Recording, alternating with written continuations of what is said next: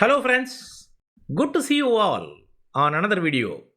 This time we have chosen a peculiar topic, time of supply of services. That is the new topic. Time of supply of services.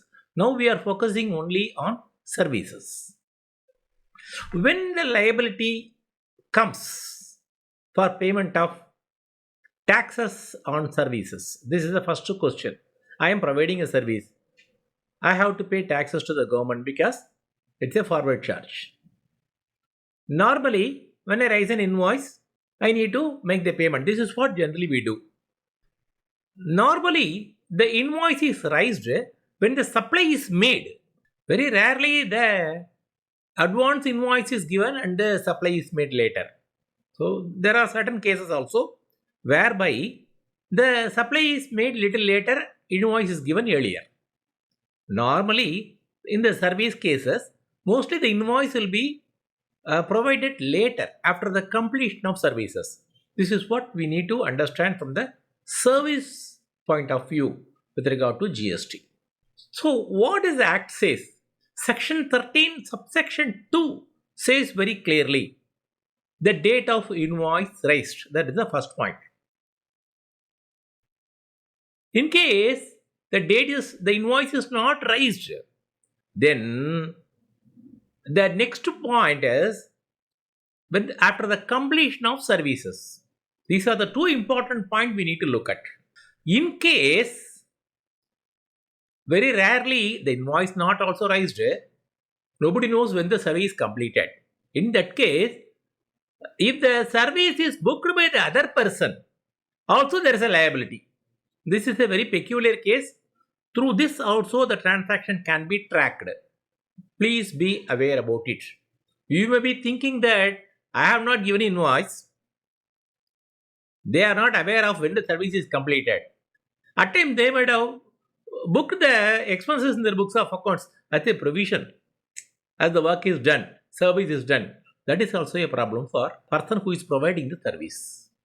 As you are fully aware, the services with regard to the advances, we need to compulsorily pay the tax earlier. It is not like goods. For the services, any advances we receive, we have to pay the taxes compulsorily. There is no question about the invoicing, service provision, etc.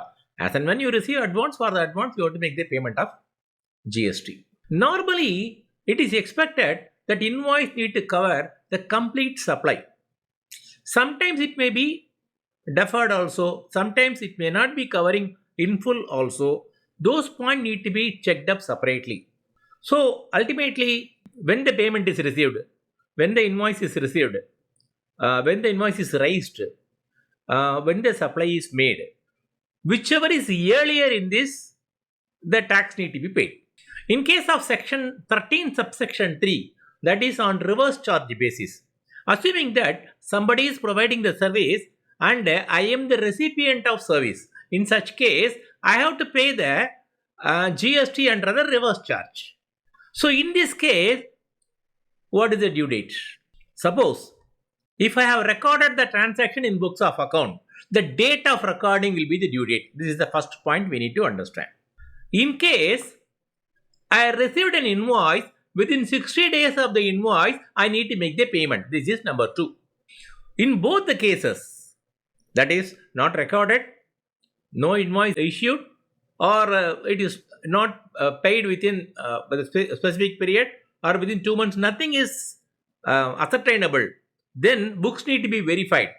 Suppose the other person also booked it, then that will be the issue. That will become a record for us for making the reverse charge payment.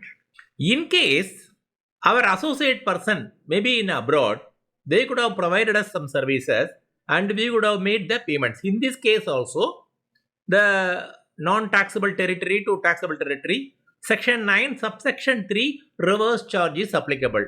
So in this case, what is the deadline? The date of entry in the books of accounts or the date of payment which is made, whichever is earlier. So when you receive any service from your associate member from abroad, these two are important.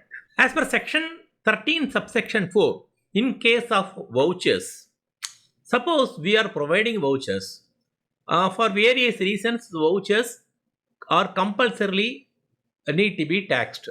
In case the voucher is very specific about a product, the date of issue itself it is taxable.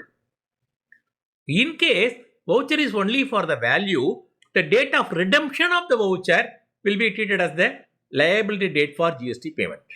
In case we are unable to determine the invoice or the receipt of the services, or it is not even booked in the books of accounts, all those things are happened, then how to determine it? There is a possibility there is a payment could have been made. That can be a lost tracker for this. For the service provider who need to charge it, all those things will never come. Straightforward case, he has to raise an invoice. He has to make a proper, indicate that service is provided. All those things are there. In case it is not there, at least you would have received the payment somewhere if the books are not maintained. There are so many other issues. May be possible. In those cases, the payment, all those things need to be tracked. In case of interest or penalty or late fee collected, the date in which it is collected, that need to be taken for arriving the tax liability for the supply of services. I hope you would have enjoyed this video. If you have any questions, you are most welcome to mail us. I know there will be a lot of questions on the supply of services, time of supply of services. You are most welcome to send your questions, call us, we are here to help you. Like our channel, click the bell icon, follow us, we are here to help you and serve you. Thank you very much.